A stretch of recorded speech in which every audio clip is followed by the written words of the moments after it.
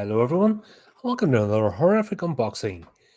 Right, when I did the review with Steve of Dr. Terror's House of Horrors, the main feature that was a tarot deck, so it sort of got my interest peaked again. God, where's the thing? Where's the wee strip? Ah, God. Right, it got my interest peaked, and I thought I'd pick up a set, and I can't find the wee thing. God. It's got a good start. That's loud. Right. Oh, it's one of these boxes. Okay.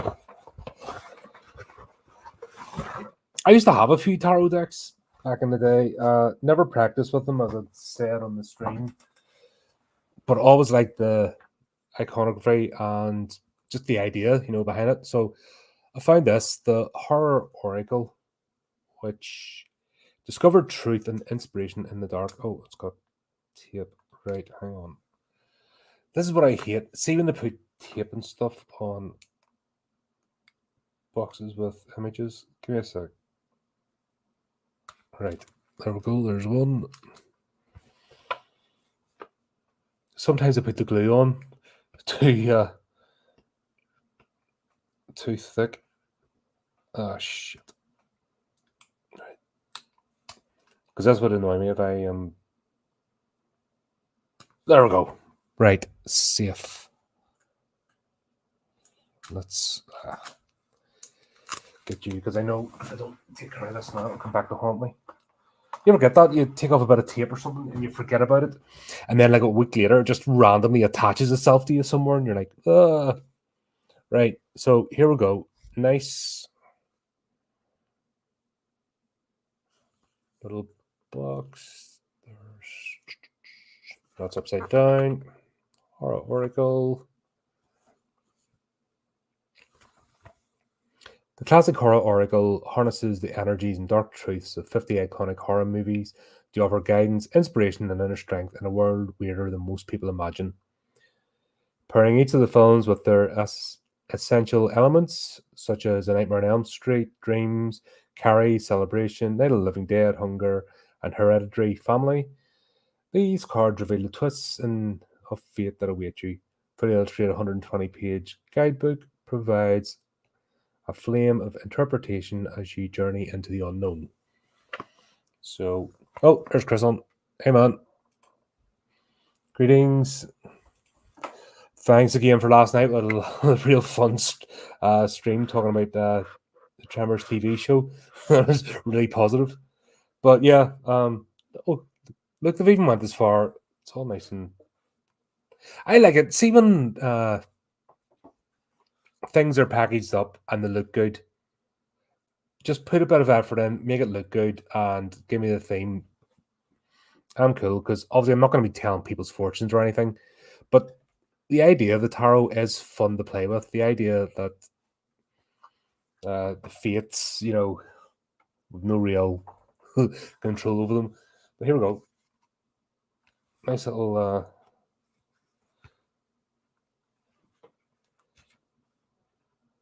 So, if I remember rightly, the tarot deck's divided into the major arcana and the minor arcana. The major arcana is all the prescience cards, dreams, hunger, fate, change, all that kind of stuff. And then the minor arcana is essentially a deck of cards. Take a moment to get to know this deck before you start reading. You may want to sit quietly with the cards or hold them close to imbue them with your energy. The closer your relationship with the cards, the clearer the messages will be. At the start of any reading, shuffle the cards to give them a fresh charge. While doing so, try to quiet your mind and focus clearly on a question you wish to pose to the cards. Consider why you're asking this question. Specifically, can help yield more actionable results, but it's also okay, especially in the simplest single card readings, to ask things like, what energies will today bring? Or where's my life headed right now? If you're doing a reading for another person, have them shuffle the deck while they consider their question. If you lay out more than one card, you might find it helpful to keep a notebook nearby to record the cards you pull into the interrelation and the impressions you get from them. Use these reading layouts or others from card divination traditions, or make up your own. It can be helpful to keep in mind that there's no such thing as a bad reading. We can always control our circumstances, but we cannot, bloody hell. We cannot always control our circumstances, but we can control how we respond to them. Conducting the reading inside of a salt circle is strictly optional. Right. So that's kind of the idea. It's, do you know what? See, even from a psychological perspective, mental health, it's actually a good idea to ask where you're going and to consider things. A lot of these are, they're psychodrama tools. Now, there are mystics. There's people that are like, I don't believe in the supernatural. I believe in magic. I believe magic is anything that science can't explain. And we've been surrounded. There's always magic in the world. As much as people forget, there are things out there we just cannot explain. Do I believe in actual entities pulling and controlling? No, because it's all a bit silly and rather petty as well. If you're an all-powerful being and you're worried about, it'd be like me worrying about a colony of ants and what they're up to and trying to control them. It's a bit silly, the whole premise of it. But that's my personal opinion. People have faith, people have beliefs, and you, of course, are always entitled to them. If that's what shifts your moral compass and keeps you going, fair enough. Things like this, I come with the idea of they're useful tools. And it's good to get inside your head. It's good for a bit of self-respection. And it's good to ask questions about your life and where you're going and decisions. What I don't recommend is looking for the answer, the quick fix. This is where people go wrong with this, and this is where people fall victim to charlatans and con artists. They think that shuffling these and laying them out is going to fix your life like that. It's the same people that buy pills and potions. Take one pill a day, your life's fixed. Life is not easy. If it was, nobody would have problems. Same people go and get medications for everything. The slightest little thing goes wrong and they go and get doped up because they can't deal with stuff. And that's not a good way to live your life. Yes, the other way is hard and painful, and guess what? There's no guarantee of success because at the end, the world's what it is. You got to just try your best and make the best you can out of what you have and always strive to improve yourself. If you do that, you're not living a bad life. Anyone could be. The important thing is triangle of needs, food, shelter, warmth. Once you got that, everything else is irrelevant. Everything else is just icing on the cake. But anyway. Oh, right. So I actually skipped forward a page. Right. So introduction. Horror movies intuitively work on the premise that things can go wrong. Really wrong, super wrong at any time. And that the world is a much weirder place than most people realize. Like, God's sake. Sorry. That's lunch coming back up. Flip's sake. This stream's going well, isn't it? This is what happens when you do a daytime stream. I'm not ready. The world is a much weirder place than most people realize. There can be a strength in sensing this, a sort of subconscious preparation for the hopefully metaphorical murder clowns, vengeful spirits, or zombie hordes of everyday life.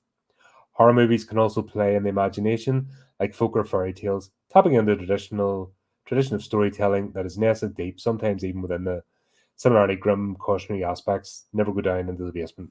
Yeah. Oracle decks use these elements, intuition and subconscious, imagination, storytelling, to help provide direction, albeit often with a focus on the positive spin. Horror fans know better. Horror fans know better. I can nearly bloody read today. God, I do apologise. I almost want to stop the stream and start again. And that's the joy of going live, isn't it? If this was a video, there'd be about 1 million edits by now because I'd just be throwing fits. This deck aims to provide truth and inspiration from the dark energies of 50 classic and modern classic horror films. Have fun with it. Ask the questions, peer into your future, seek spiritual guidance and insight just like you would from a Ouija board. What's the worst that can happen? I like this. Right. Single card reading. I've seen that. Have you ever seen tarot reading podcasts and that where they'll do like a daily reading, pull up a card, and then talk about it. That's if I, do you know what? If I learned more about it, I would actually do that. I would pull one out and I've got to interpret it straight away. My problem is if I pull this out, I'll have to be like, flick, flick, flick, right? That means, okay, that means blah, blah, blah. I look stupid. So single card reading, easy enough to be part of a daily practice. Put out a single card can offer a simple check in the understanding the energies or guidance you should keep in mind for that day, or for whatever time frame you have in mind when posing a question. Quiet your mind, focus on a question, or ask for a general cosmic vibe. Check, draw a card face down, and then turn it up to see what is revealed. If you feel inspired, add another question conditional to the first and draw another card. Do you know what? That's actually not a bad practice. Okay, what am I feeling today's got in store for me? And always quiet your mind before you ask questions. That's not a bad thing to do. Just take that poignant breath and then go, okay, what am I facing today? And then your mind kind of jumbles it all together. I think there's a reason. When were these invented? It was Victor Crowley, wasn't it? Alistair Crowley, sorry. I keep saying Victor Crowley because I watched Hatchet. We need to go with that movie with Cameron. In fact, I'm going to do it this month. I'll talk to him. Yeah, Alistair Crowley, 1952, wasn't it? Tarot decks was invented. It's actually recent history.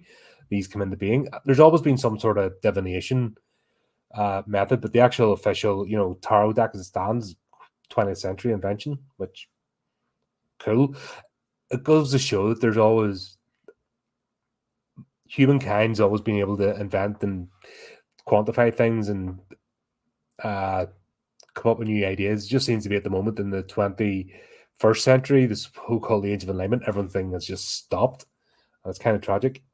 Anyway, past, present, future, or curse manifestation spellbreaker. Classic 3-card reading is used to take a snapshot of the flow of energy over time. Lay 3 cards in a row face down, turn over each in sequence from left to right, read one at a time. They represent respectively. First one's the past, present circumstances, the potential future. If you're feeling afflicted by an external negative energy, the 3-card reading may also be used to identify the curse, examine its manifestation, and discover a potential way to break its hold. I've thrown a few curses in my time. Then I have... Oh, sorry, I should be just showing you. This is all nice. Me just sitting here waffling. Yeah, the most famous one, the pentagram. Pentagram is a symbol of which different traditions ascribe positive or negative connotations, depending whether the single pointed star is facing up or down. But who's to say? You decide. This layout may be used to understand internal and external forces at play on the issue that is the basis for the question. Lay all the cards out face down and reveal them in the sequence. Well, they say negative or positive, but it's about power.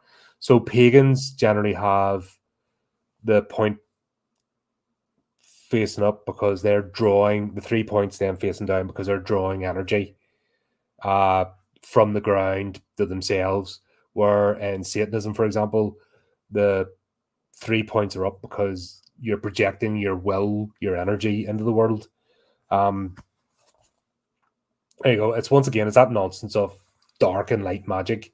That's a sort of Abrahamic religion thinking of you're good or bad, sort of projected onto like modern paganism. Oh, I'm a good person. Virtue signaling basically. There is only power. There is only energy, and it's up to you as an individual how you use it. That's it. You can choose to do it for good or ill, entirely up to you. However, if you do one or the other, just be prepared on what's going to come back to you. So you decide to always do good in the world, be prepared that you may get taken advantage of, and you may get used. If you prefer to do bad in your world, then be prepared. Someone's going to come back to you. You're going to hurt someone, and they're going to come back to you tenfold, or society's going to come at you. Or you just set the precedent of that's the way you do things, and then someone's going to want your throne. You know what I mean? It's entirely up to you how you play it. Just as long as you're grown up and understand, yeah, Cause and effect. I mean, that's just daily life. If you get that principle, then you don't need to worry about good and bad. You just have to understand that if I do something, if I put a certain energy in the world, then that's going to have a ripple effect. It's like dropping a pebble in the world. Uh, the Harvest Man. That's another one. Yep. This is another multi-card layout that can provide insight into a specific question or just give a read on the seeker's current circumstances. For some, this configuration may also embody a change in luck, as in a bountiful harvest following an unfruitful season. Lay the cards out face down and turn them over in the same sequence. 4 cards, 1 and 2 at the top of the cards, faces out from the man. Cards considered upright, facing it is reversed. Right. So you basically get that layout. So these wee books sort of go through. As I said, I wouldn't try reading or asking questions until you actually go through these. Even as a mental exercise, like if you're not spiritual, if you're not into occult stuff and you just want to have fun as a mental exercise, the same principle applies. Get to know the deck, get to know the layouts. I would suggest actually Pinhouse. Personally, I'm gonna start off just using either single card just to have a wee play about with, just so I can get the cards in my head and start learning them, or the 3 card one. Simple. I think people always try to overcomplicate things, and it's that whole I want to show how clever I am. Massive, decks laid out all over the place. Yeah, am I the 13th wish? Was it the 13th fortune? What did I call it?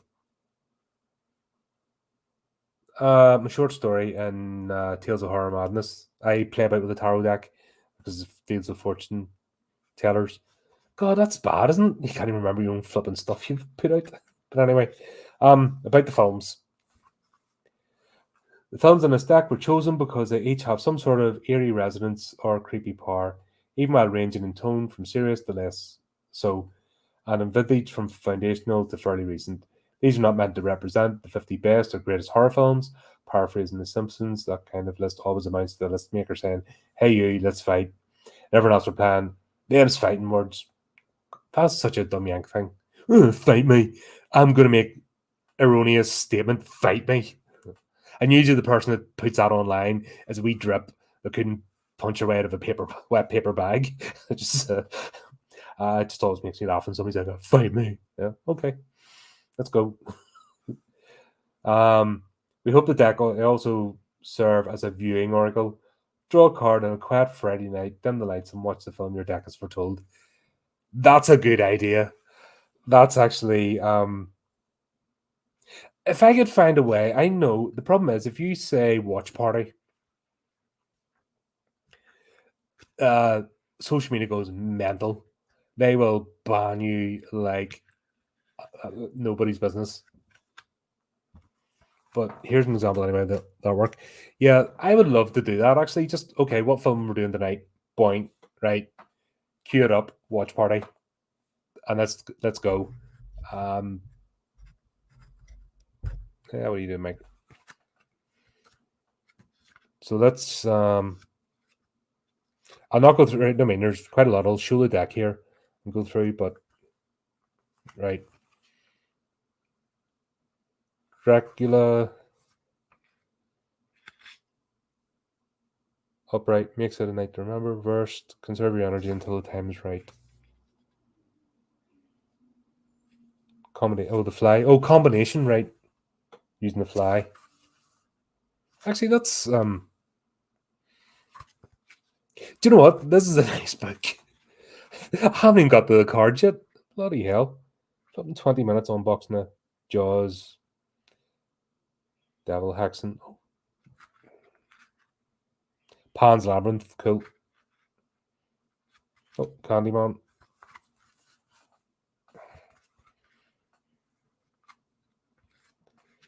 The Exorcist, of course. Night of the Living Dead. Is Hunger.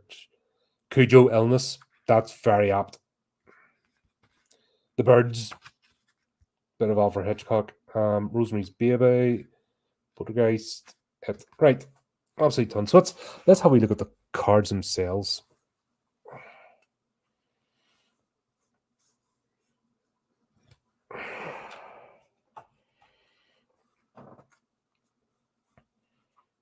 So we've got the old can't beat the old good of Mendes, eh? So yeah, so generally you leave these. They are. Let's take a moment. Look at the artwork on that. That is brilliant. They are nice. So what I'll do is let's just have a look at a couple of random. Oh, is that the Blair Witch Project? The Woods. That is. Look at that.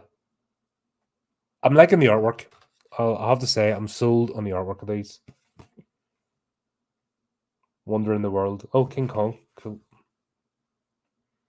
Right. So what's that in your tradition? You know what I mean? This has obviously been slightly skewed with it, water. So basically, you go through this. So what I would do actually is draw a card, look it up, and then do that to get your head. Read through the book first. Like anything, this is something that requires practice and a decent memory, which my memory is terrible at the moment. Oh yes, gotta love a bit of Ash. Oh, twins. Oh, the Brady twins. Come play with us, Danny. Come play with us forever. Trickster. Yep. I'm just going to go through these quickly. This is a nice deck, I have to say. Trap. Oh, that get out. Oh, God. Of course, we'll have the feats that dickhead in it. Suspicion. Oh, Beast and the Body Snatchers. Oh,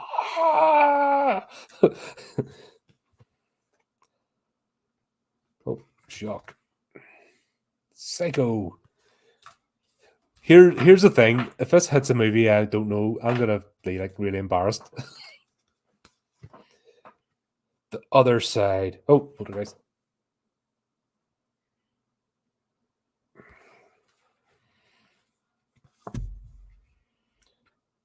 Obsession. Oh, Phantom of the Opera. Cool.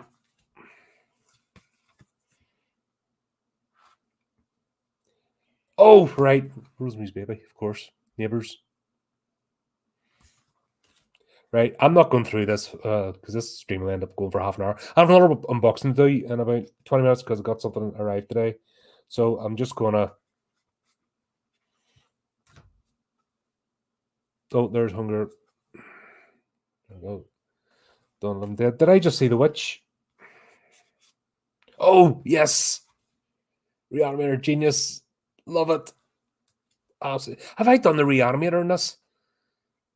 Have I reviewed the Reanimator and oh, Egg, right. That's very, very apt considering the fact we're doing the Alien RPG at the moment.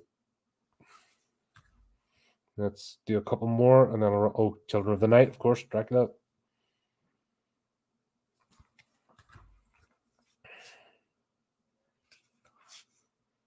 Celebration. Oh, is that the Babadook? Babadook.